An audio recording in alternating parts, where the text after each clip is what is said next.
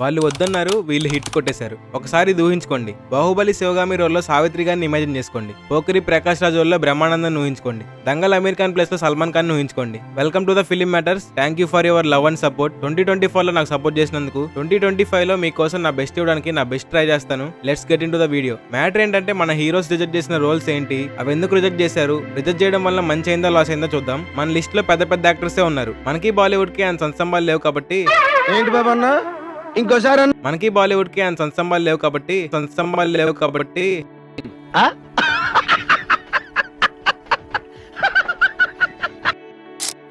South లో మన heroes reject చేసిన ఒక 10 మూవీస్ గురించి చూద్దాం. Number 10 Prabhas as Arya. ఆర్య స్టోరీని సుకుమార్ గారు ఫస్ట్ ప్రభాస్ గారికి చెప్పారంట.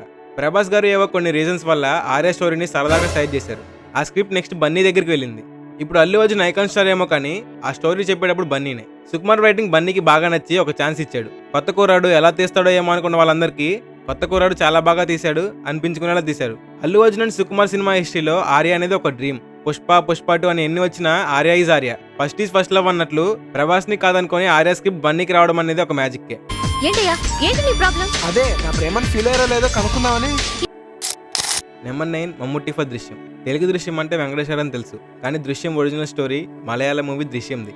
అందులో మోహన్ లాల్ గారు యాక్ట్ చేశారు. బట్ ఆ మూవీ డైరెక్టర్ జీతు జోసెఫ్ గారు స్టోరీని ఫస్ట్ మమ్ముట్టి గారికి చెప్పారంట. మమ్ముట్టి గారికి స్టోరీ చాలా బాగా నచ్చింది, కానీ అలాంటి రోల్స్ అయినా ఆల్రెడీ చాలా చేశాను, ఇది సేమ్ నా ఓల్డ్ మూవీస్ లానే ఉంటుందని వేరే హీరోతో చేయమని చెప్పారంట. అలానే స్టోరీలో కొన్ని ఇంప్లిమెంట్స్ కూడా చెప్పారంట. నెక్స్ట్ స్క్రిప్ట్ ని మోహన్ లాల్ గారికి చెప్పి ఆయనకు నచ్చి సినిమా తీశారు. ఇప్పుడు ఆ మూవీ వరల్డ్ వైడ్ 14 లాంగ్వేజ్ లో రీమేక్ చేశారు. ఇది చాలా పెద్ద రికార్డే. బహుశా మమ్ముట్టి గారు ఏదో ఒక మూమెంట్ లో అనుకుని ఉండొచ్చు, అరే మనమే యాక్ట్ చేస్తుంటే బాగుండేదే, చాలా పెద్ద హైప్ వచ్చింది సినిమాకి అని. ఎనీవే దృశ్యం స్క్రిప్ట్ ని మమ్ముట్టి గారు రిజెక్ట్ చేశారు, మోహన్ లాల్ గారు హిట్ కొట్టేశారు. ఈ మూవీలో మీనా గారిని క్యాష్ చేసుకోమని మమ్ముట్టి గారే సజెషన్ ఇచ్చారంట.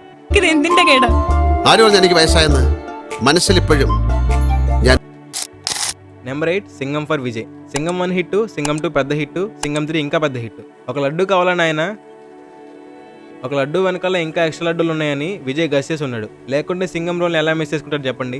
సింగం స్క్రిప్ట్ ఫస్ట్ విజయ్ దళపతి గారి దగ్గరికి వెళ్ళిందంట. ఫర్ ఎనీ రీజన్స్ ఆయన ఆ మూవీ చేయలేదు. ఎందుకు చేయలేదో మనకు తెలియదు, కానీ చేసుంటే ఎలా ఉండేదో మనం గస్ చేయగలం కాబట్టి గస్ చేద్దాం. 5,000 ఉంటే కూరగాయలు కొట్టు పెట్టుకుంటా, 50,000 ఉంటే పచారీ కొట్టు పెట్టుకుంటా. 5,000 ఉంటే కూరగాయలు కొట్టు పెట్టుకుంటా, 50,000 ఉంటే పచారీ కొట్టు పెట్టుకుంటా.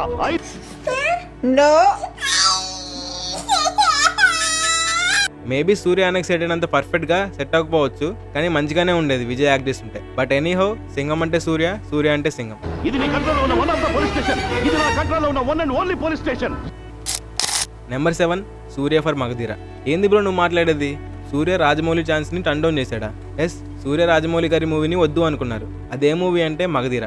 అప్పట్లో Telugu industry super duper hit. Magadheera అనే ట్రైన్ ని సూర్య మిస్ చేశాడు. ఈ విషయాన్ని తనే ఓపెన్ స్టేజ్ పైన ఒప్పుకున్నాడు. సూర్య అన్న లైఫ్ లో ఫస్ట్ బిగ్గెస్ట్ టికెట్ ఏదైనా ఉంది అంటే అది ఈ ట్రైన్ మిస్ అవడం అనే చెప్పాలి. ఒకవేళ సూర్య ఈ మూవీ చేసి ఉంటే కాలీవుడ్ టాలీవుడ్ లో బిగ్గెస్ట్ స్టార్ అయిపోయాడు. బట్ ఎనీహౌ ట్రైన్ మిస్ అయింది, కానీ ఇంకా ఆ స్టేషన్ లోనే వెయిట్ చేస్తున్నా అన్నాడు. చూడాలి మరి రాజమౌళి గారు మళ్ళీ ఆ స్టేషన్ కి వెళ్తారో లేదో అని. ఆ సెకండ్ బిగ్గెస్ట్ టికెట్ ఏంటి అంటే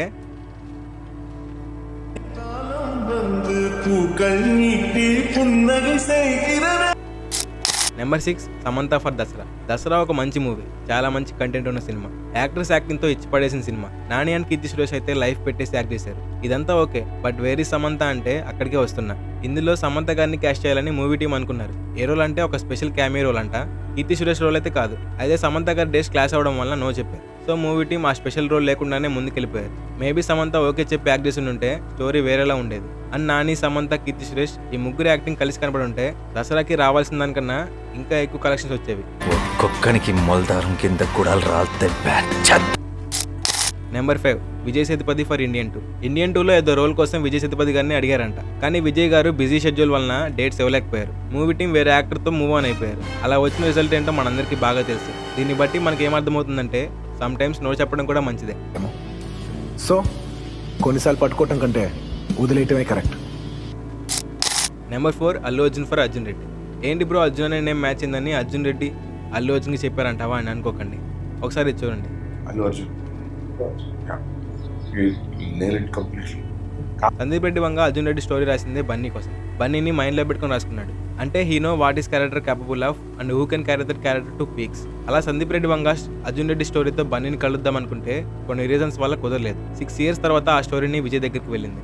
విజయ్ దేవరకొండ అర్జున్ రెడ్డి మూవీ చేసి తెలుగులోనే కాదు ఇండియా వైడ్ కల్ట్ క్లాసిక్ అయిపోయాడు. మేబీ అర్జున్ రెడ్డి అనే క్యారెక్టర్ అల్లు అర్జున్ ప్లే చేసి ఉంటే అంత బాగా రాదేమో అని మనం అనుకోవచ్చు. కానీ సందీప్ రెడ్డి వంగకి తెలుసు రాసుకున్నప్పుడు అల్లు అర్జున్ అనుకున్నాడంటే ఈ కెన్ జస్టిఫై ద క్యారెక్టర్ అని. మేబీ బాగా చేసేవాడేమో. కానీ అర్జున్ రెడ్డి అంటే విజయ్ దేవరకొండనే, విజయ్ దేవరకొండ అంటే అర్జున్ రెడ్డి. తెల్లని దుస్తులు ధరించింది, పై వస్త్రము గులాబీ రంగు, అదే మీరు గుర్తుపెట్టుకోవాలి. Number 3 Kamal Haasan for robo.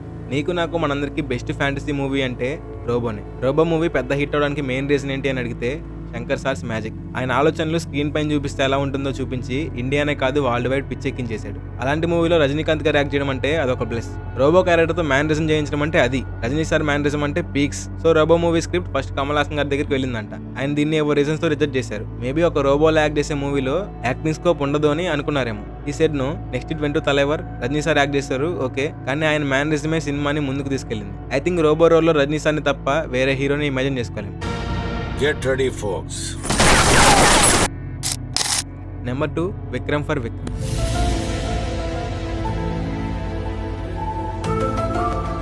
Confuse అవ్వకండి, నేనే చెప్తాగా. Chiyaan Vikram for Kamal Haasan's Vikram movie. అంటే కమల్ హాసన్ రోల్ కోసం కాదులేండి, క్యాష్ చేసుకుందాం అనుకున్నారు. అలా విక్రమ్ మూవీ కోసం విక్రమ్ని తీసుకుంటే కన్ఫ్యూజింగ్గా ఉండేది. లోకేష్ రంగరాజ్ గారు విక్రమ్ మూవీలో చియాన్ విక్రమ్ని క్యాష్ చేసుకుందాం అనుకున్నారు.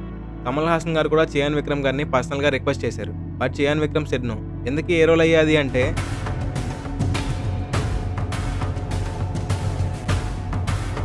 రోలెక్స్ రోల్ కోసం ఫస్ట్ చియాన్ విక్రమ్ గారిని కాంటాక్ట్ అయ్యారు. చియాన్ నో చెప్పడంతో సూర్యాని క్యాష్ చేసుకున్నారు. మేబీ లాస్ట్లో 10 minutes వచ్చే రోల్ ఎలా చేయాలనుకున్నారేమో. ఆల్రెడీ మూవీలో 3 stars యాక్ట్ చేశారు, నేను వెళ్తే నా నెంబర్ 4 అవుతుంది అనుకున్నారేమో. చియాన్ రిజెక్ట్ చేసుకున్నాడు, సూర్య హిట్ కొట్టేశాడు. Rolex. Sir. Yes, sir. Number 1 Bob for Pushpa. అదే మహేష్ బాబు గారు ఫర్ పుష్ప. పుష్ప అంటే అల్లు అర్జున్, అల్లు అర్జున్ అంటే Pushpa. Present India wide Pushpa man అనే నడుస్తుంది. అయితే సుకుమార్ గారు ఫస్ట్ పుష్ప మూవీని మహేష్ బాబు గారి దగ్గరికి తీసుకెళ్లారంట. మహేష్ బాబు గారికి స్టోరీ అయితే నచ్చింది, కానీ బాబు గారు స్టోరీని సింపుల్గా చేయని చెప్పేశారంట. ఇమాజిన్ చేసుకుంటే మహేష్ బాబు గారు మంచి పని చేశారని అనిపిస్తుంది. ఎందుకంటే సర్లేర్ నీకు ఎవరు ఫారెస్ట్ ఫైట్లో బాబుని అండ్ పుష్పలో ఫారెస్ట్లో పుష్పాని రీప్లేస్ చేస్తే అసలు సెట్ కావట్లా. మహేష్ బాబు గారు గుట్కా తింటూ మాట్లాడడం ఊహిస్తే అసలు ఇమాజిన్ చేసుకోవడానికి ఏదోలా ఉంది. ఏఐ వీడియో జనరేషన్లో చూపించినట్టుంది, అసలు సెట్ కాలే. అందుకే మహేష్ బాబు గారు రిజెక్ట్ చేసి ఉంటాడు. దీన్ని బట్టి మనకి ఏమర్థమవుతుందంటే కొన్నిసార్లు మంచిదానికి నో చెప్పినా మనకి సెట్ అవని మంచి మనకొద్దు అనిపిస్తుంది. ఇందుకే రీసెంట్గా ముఫాసా మూవీ చూసారా? ఎనీవే ఇది గైస్ ఇవాల్టి వీడియో. ఇందులో నేను చెప్పిన మూవీస్ అన్నీ కూడా మీకు తెలియనివే అనుకుంటున్నా. ఇంకా మా దగ్గర చాలా మూవీసే ఉన్నాయి మన స్టార్స్ రిజెక్ట్ చేసినవి. వాటి గురించి కూడా తెలుసుకోవాలంటే పార్ట్ 1 కామెంట్ చేయండి. వీడియో నచ్చితే లైక్ చేయండి. ఈ వీడియోని మీ ఫ్రెండ్స్తో కూడా షేర్ చేసుకోండి. ఇదిగో ఇది మన ఇన్స్టాగ్రామ్ పేజ్. ఏమైనా మాట్లాడాలంటే ఫాలో అవ్వండి. ఓకే దెన్ నెక్స్ట్ వీడియో కలుద్దాం. Take care. Bye bye.